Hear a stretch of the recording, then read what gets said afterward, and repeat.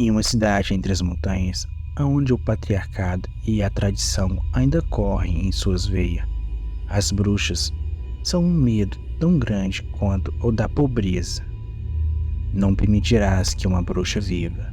Era o slogan e o símbolo da comunidade, que ficava bem longe das cidades que historicamente acreditavam que bruxas eram humanos cuja alma já havia sido levado por Satanás ou seus servos, e que a única maneira de lidar com elas era queimá-las ou enterrá-las vivas. Claro, dito isso, considerando o tempo de viagem entre essas cidades, originalmente, e as muitas culturas diferentes que passaram por elas. Algumas delas acreditam que enforcamento ou afogamento são eficazes. Os contos em si também se alongaram e mudaram. E é assim que a cidade formou sua visão moderna sobre bruxas. Não sei como todos os contos surgiram. A maioria eu simplesmente os conheço, porque desde cedo é ensinado a todos os meninos e meninas como as bruxas surgem e como se livrar delas. A montanha vermelha que se erguia alta e pairava sobre a cidade ao norte é tão maligna quanto o próprio diabo. De acordo com as histórias, é por isso que ele fez dela uma das muitas entradas para o seu reino infernal. Ele fez algum tipo de pacto com a montanha, e desde então, demônios saíram de dentro dela e bruxas nasceram lá. E era lá que elas deveriam ser mortas. Tudo isso pode fazer a cidade soar como uma visão rústica, talvez até mesmo picareta, da cidade de julgamento de bruxa do final do século XIX. E as pessoas agiam como tal, mas a infraestrutura da cidade é mais parecida com a de Happy Free ou de uma cidade na Baía de Los Angeles. Eu poderia contar as histórias da cidade, mas prefiro me ater principalmente às minhas. Prefiro sugar a vida dessa desculpa de culturas e sufocá-la, do que dar-lhe a vida compartilhando todas as suas histórias de uma forma gloriosa, mesmo que isso signifique respirar aquele ar novamente. Bem, todo mês de outubro, não importa o dia, acontece que um desses dias é a noite das bruxas, e toda manhã um homem chamado mensageiro persegue essas bruxas, e toda noite essas bruxas são enterradas vivas sob o solo da montanha vermelha, sob suas palavras das leis que a tal bruxa tinha quebrado. Ninguém com uma cabeça tão boa quanto a que é ensinada dessa forma pode tentar ir contra esse feriado, pois se um homem fizer, ele será torturado e preso, embora alguns até tenham tentado. Mas se uma mulher fizer, ela é considerada uma bruxa e executada. As mulheres nunca foram autorizadas a dirigir, e a maioria delas nunca foi autorizada a viajar para as cidades vizinhas. Pelo que me lembro, todo o poder da cidade foi atribuído aos patriarcados. Uma garota aleatória poderia do nada ser condenada à morte, se na época certa, ou porque irritasse alguém de uma posição superior do que a sua, ou de outra forma, ser levado à igreja para ser condenada por outros meios.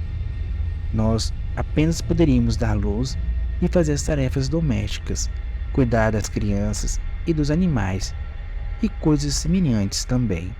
Houve algumas que ocasionalmente foram autorizadas a ficar com seu marido, a caminho de outra cidade, e pegar coisas divertidas como presentes e livros para as pessoas da cidade, e algumas, eu me lembro, até fugir naquela época. Alguns casais também fugiram, alguns escaparam, Deus sabe para onde foram, mas a maioria foi capturada pelo chefe da cidade. Algumas tinham permissão para viver, se fossem vistas como capazes de gerar filho ou algo parecido, mas teriam que confessar todos os pecados para que fossem esquecidas pelo diabo, o que a maioria fazia rapidamente para não morrer. Lembro-me de uma vez que meu pai me contou que depois que minha mãe tentou abandonar a cidade, antes de eu nascer, ela voltou soluçando ferozmente, gritando: "Eu sou uma bruxa, uma abominação diante de Deus. Vendi minha alma, Satanás, por poderes ímpios." E me lembro-me de que me contaram como ela implorou para ser enterrada na Montanha Vermelha. Mas, como seu marido, veio até ela e disse: "Do osso ao sangue, do sangue à carne, da carne à pele, da pele ao mundo. Eu te expulso, demônio." E ela desmaiou, acabando por confessar. Mais tarde, minha mãe me contraria secretamente como precisava fugir daquela cidade, abandonar tudo e nunca olhar para trás, nem mesmo para meu pai. Tudo isso para dizer, a cidade não era apenas um festival de tortura. Todos os dias, e nós não tentávamos fugir. A maioria de nós, a maioria de nós, já a outra maioria achava a cidade tão normal quanto qualquer outra, mas quase todos temiam a noite das bruxas. Havia um certo ceticismo sobre como elas eram escolhidas, e sempre estavam no fundo da mente para mim. E se for eu? E se eles errarem? E por algum motivo eles me escolherem? Embora eu conhecesse alguns que andavam com tanta facilidade naquele dia, que tinham tanta certeza de que nunca poderiam ser escolhidas. Acho que faz sentido quando isso aconteceu. Acho que faz sentido que, quando isso aconteceu, eu fui chamada de bruxa. Quando completei 18 anos no mês passado, e desde então as pessoas estão me olhando como o diabo. Exatamente como as palavras da minha mãe. Sempre fui rebelde a este lugar. E o que me processaram foi toda essa coisa de rebeldia. Só os mais confiáveis sabem o que é a noite das bruxas. Então, quando meu pai me pediu para acompanhá-lo até o túmulo de minha mãe, para que eu pudesse lamentar e confessar, fiquei bastante calmo, esperando poder acalmar meu pai, ainda com o coração partido. A essa altura, minha mãe já havia morrido alguns anos antes, da mesma doença que eu estava enfrentando agora. Mesmo depois que meu pai exorcizou, ela ainda foi morta mais tarde. Meu pai me levou pela estrada. A montanha vermelha vermelhando sobre as árvores, ficando maior conforme caminhava em sua direção. Olhar para ela me deixou ansiosa. Comecei a sentir que algo estava errado. Outubro sempre me deixa nervosa e ansiosa, mas nunca pensei que meu pai me levaria para a morte. Nós caminhamos por uma abertura na árvore. Meu pai não disse nada, até chegamos ao túmulo de minha mãe. Mesmo assim, entre os soluços, tudo que ele disse foi: "Sinto muito, eu te amo, mas é necessário." Ele começou a chorar, e vi tochas começarem a acender ao meu redor. Foi então que eu vi a cova escavada e o caixão enquanto as pessoas se aproximavam de mim. Nesse ponto, eu sabia o meu destino, e eu conhecia o rosto daqueles que iriam me sentenciar a esse destino. Meu pai foi embora, me deixando lá. Harley Grace. É aqui na Montanha Vermelha, no cemitério das bruxas, que soube as revelações de Deus ao seu mensageiro. Meu Deus, não, eu murmurei, mas ele continuou sem pausa. Que você está condenado pelos seus pecados de bruxaria e traição e blasfêmia. Não, por favor, eu não disse nada contra Deus. Nunca, nenhuma vez. Me escute, por favor. Eu comecei a soluçar. O homem que viu essas visões declarou que foi você que disse coisas falsas na igreja. Sacrificou-se em nome de Satanás e vendeu sua alma. E por esse mesmo motivo, agora, seu corpo também estará com ele, até o dia que sua alma seja resgatada por Deus. Tantas palavras ficaram presas na minha garganta, que bloquearam a minha fala, até que finalmente me decidi. Ele é mentiroso. Por favor, ouça. Por favor. Pelo amor de Deus. Em tudo, eu nunca encontraria uma palavra ou ação contra o sagrado. Eu nunca venderia a minha alma. Eu não sou minha mãe. Eu não sou uma bruxa. Não, não. Meus pensamentos voaram entre as vezes que eu tinha ido à Montanha Vermelha tentando encontrar o diabo ou a entrada do inferno quando eu era mais jovem, quando eu me banhava nos rios que saíam dela, que outros diziam ser sangue de almas torturadas. Desde pequena minha mãe me chamava de bruxa, mas eu não era e não acreditava que a montanha fosse o inferno. Mas hoje eu queria ter esses poderes, pois nenhuma outra palavra foi dita por eles, apenas o crepitar do fogo e as folhas quebrando sob os pés dos homens enquanto eles caminhavam em minha direção com um grande pedaço de madeira. Eu, eu sabia o que eles iam fazer. Eu já tinha visto isso acontecer antes. Eu fechei minha boca o mais forte que pude e tremi como nunca tinha visto ninguém antes. Mas, mesmo assim, ele entregou a madeira para um outro homem e enfiou os dedos entre os meus lábios, cortando e os puxando por debaixo para que eu pudesse abrir a boca. Eu não consegui resistir por muito tempo, pois senti meus lábios sendo arrancados e sangue enchendo minha boca. Meus dentes se abriram e o homem abriu meu maxilar o máximo possível. Eu tentei muito morder, mas não consegui. O outro homem colocou o tronco entre meus dentes, antes de bater nele com a palma da mão, forçando a minha boca a ficar aberta. Senti o rasgo no fundo da garganta. A dor era grande demais. Desmaiei. Acho que o que aconteceu depois disso foi que eles me colocaram no caixão e jogaram de bruço no chão. Jogaram a mistura de terra e cal e areia por cima.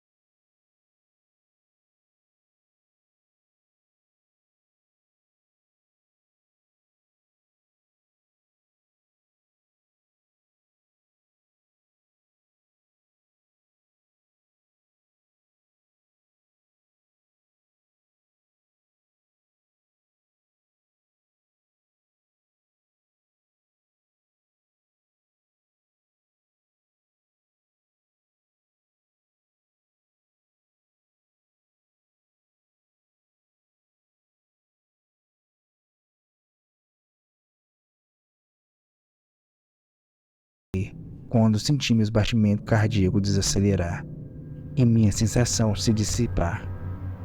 Mas, quando eu acordei, a sensação estava de volta, porém, em seu estado mais incômodo do que o normal, ainda horrivelmente doloroso. Mas tudo estava dolorido. Eu não tinha ideia de quanto tempo eu estava lá embaixo. Minha perna estava completamente destruída pela queda, fora que o caixão tinha caído sobre ela. A maior parte da mistura da terra acima do caixão não havia caído. Eu não conseguia ver nada. Tentei sentir apenas as pedras até chegar à parede de pedra da caverna, e usei isso como apoio para caminhar com a outra perna. À medida que meus olhos se ajustavam, percebi que na verdade havia uma luz muito pequena vindo de uma abertura na parede. Então fui até ela, tendo que atravessar toda a parede para chegar até ela. A abertura na parede da caverna levava a um caminho que terminava além do que eu conseguia ver. Mais raios de luz brilhavam pelos buracos no topo, pequenos como uma moeda de 10 centavos. Mas eu podia dizer que já era dia. Bem, eu esperava que isso levasse a uma saída, e caminhei por ela. O caminho serpenteava para a esquerda e para a direita, constantemente, até para cima e para baixo. As luzes indo e vindo. É como se fosse um caminho deixado por uma cobra gigante. Finalmente cheguei ao fim deste caminho. Uma onda de frio passou por mim. Este caminho levava a uma caverna onde a luz mal chegava. Apenas a essência da luz iluminava o lugar. A fonte vinha de um lugar ainda mais profundo. Mas foi o suficiente para ver os esqueletos e os corpos. Suficiente para ver os cadáveres roídos de pessoas que eu não conhecia. Os canais de sangue infestados de verme e os esqueletos empoeirados. O sonho voltou a bater, e a luz que havia no lugar foi suficiente para ver um homem que estava agachado sobre os corpos, comendo suas carnes. Halley, o homem que tinha lido meus pecados, que tinha me condenado ao túmulo, estava agora diante de mim. Sua voz inconfundível, exatamente áspera como uma das rochas da caverna. Seus olhos brilhando como um diamante cravado em pedra. Evidentemente, a luz estava sobre mim, e meu corpo ensanguentado, que me tornava igualmente reconhecível. Ele começou a rir, e sua voz e som se misturavam em um estivo de cobra. Ele ainda estava encostado na parede, me segurando, meu coração batendo forte, e minha pele arrepiada, me afastando dele. Eu corri como pude, o mais rápido que pude, ao longo da parede de pedra, sabendo que não conseguiria. As paredes da caverna se curvaram antes de chegar ao buraco. Quando vi ele correndo até mim, pulei o mais longe que pude e caí de lado. Ele se lançou sobre mim. Todo seu peso foi jogado na minha perna, que não estava machucada, e baba pingou de seu lábio em mim. Sua boca se formou como a de um cachorro prestes a atacar sua presa. Eu tentei gritar, mas as feridas na minha garganta ardiam quando eu fazia qualquer som. Seus braços estavam em meu ombro, me segurando. Ele puxou seu rosto em direção ao meu, lambendo meu sangue. Apesar da sensação de queimação e de laceração, consegui pronunciar algumas palavras que meu pai disse à minha mãe para tirar o demônio dela. A maioria delas saiu como um ar monótono. Pensei em tentar qualquer coisa e funcionou. Ele rugiu para mim.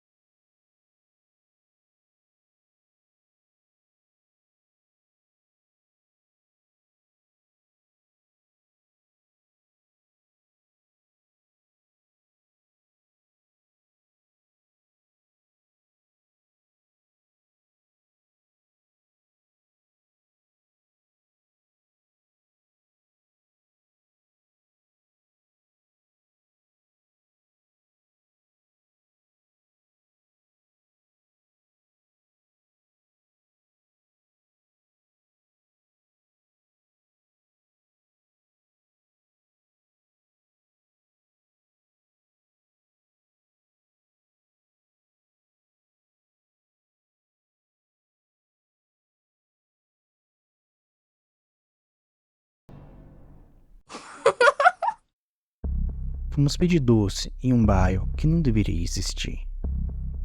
O Halloween. Halloween sempre foi a melhor noite do ano para Peter e eu. Éramos melhores amigos, inseparáveis, desde o jardim de infância. Éramos as crianças que planejávamos por semana, mapeando cada casa em nossa vizinhança, planejando como conseguir a maior quantidade de doce possível.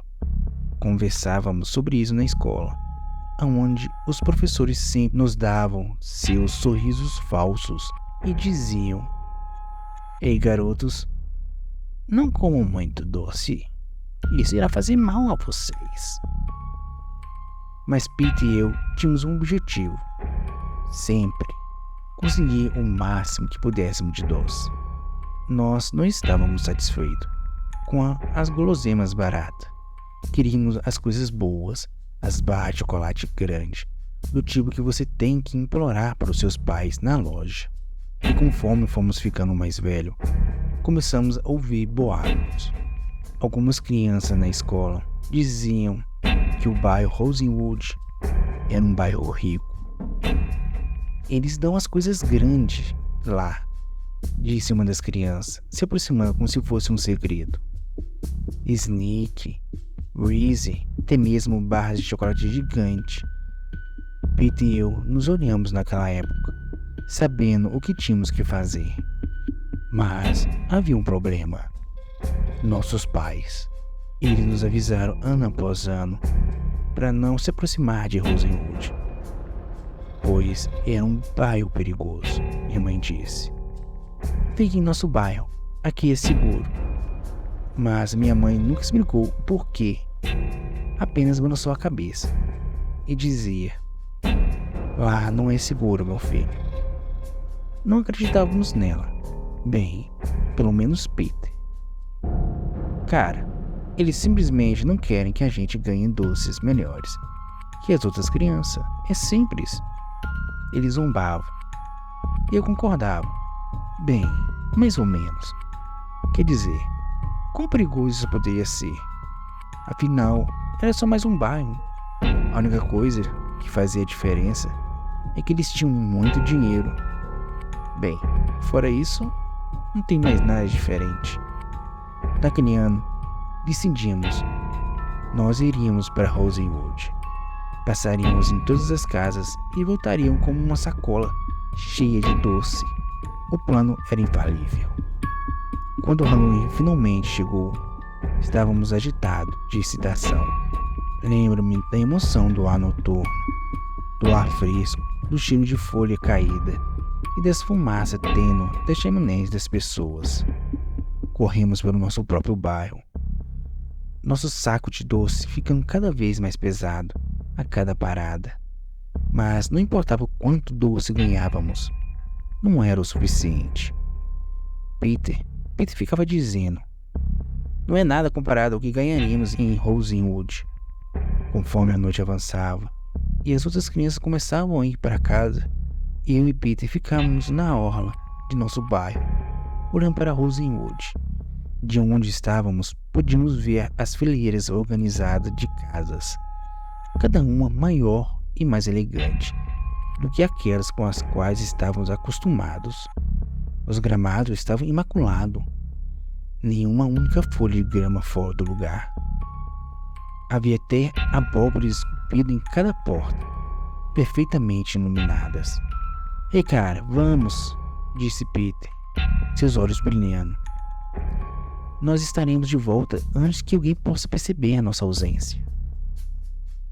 E dessa forma, eu e Peter fomos. Nós corremos até chegar a Rosewood, a excitação borbulhando em nosso peito. Enquanto caminhávamos pelas primeiras ruas, eu não conseguia acreditar em como tudo parecia perfeito. As casas eram como algo saído de uma revista, perfeitamente pintadas, com arbustos bem cuidados e calçadas limpas. Cada porta em que batíamos se abria para um rosto sorridente, e assim como tínhamos ouvido, eles nos deram coisas boas.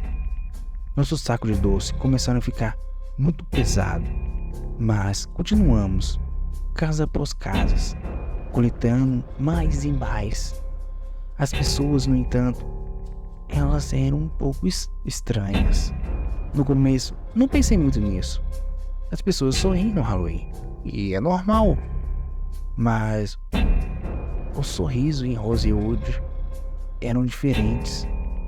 Eles eram muito largos, muito forçados. Os olhos atrás deles estavam vazios, como se tivessem colocado uma máscara. E não do tipo divertido, do que você usaria numa fantasia. Isso me deixou desconfortável, mas Peter apenas riu. Ei, cara, eles são apenas ricos, frufru, ele disse, como se isso explicasse tudo. Tentei ignorar a estranheza, afinal estávamos ganhando os melhores doces da nossa vida. Mas, quando chegamos à última casa do quarteirão, algo pareceu errado. A casa era diferente das outras.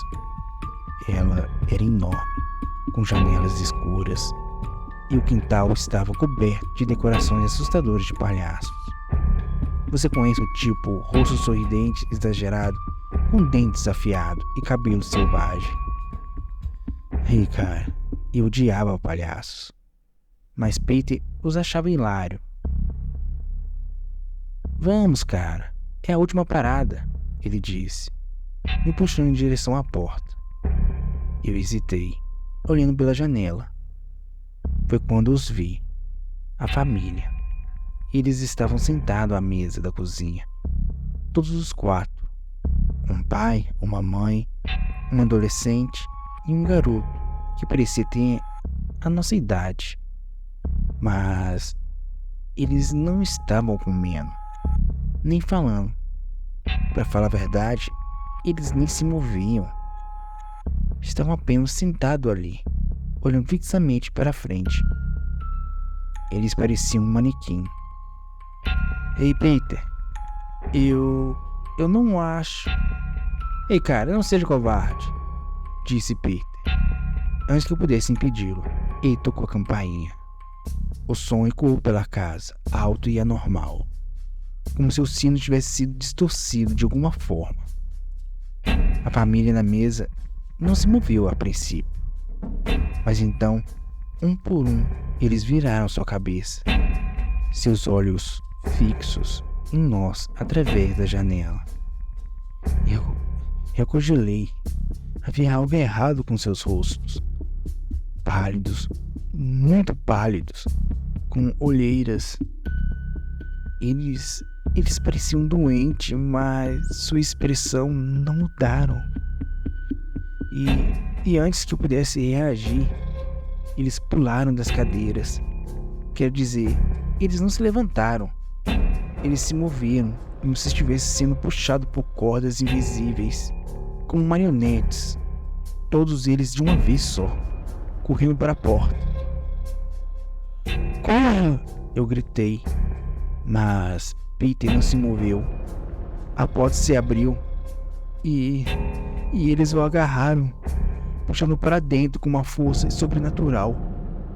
Peter mal teve tempo de gritar antes que a porta se fechasse. Eu podia ouvi-lo gritando, mas era abafado, como se a própria casa estivesse engolindo sua voz. Eu não pensei. Eu larguei meu saco de doce e comecei a correr, meu coração batendo forte no ouvido. Eu podia ouvir pessoas atrás de mim, rápidos, se aproximando.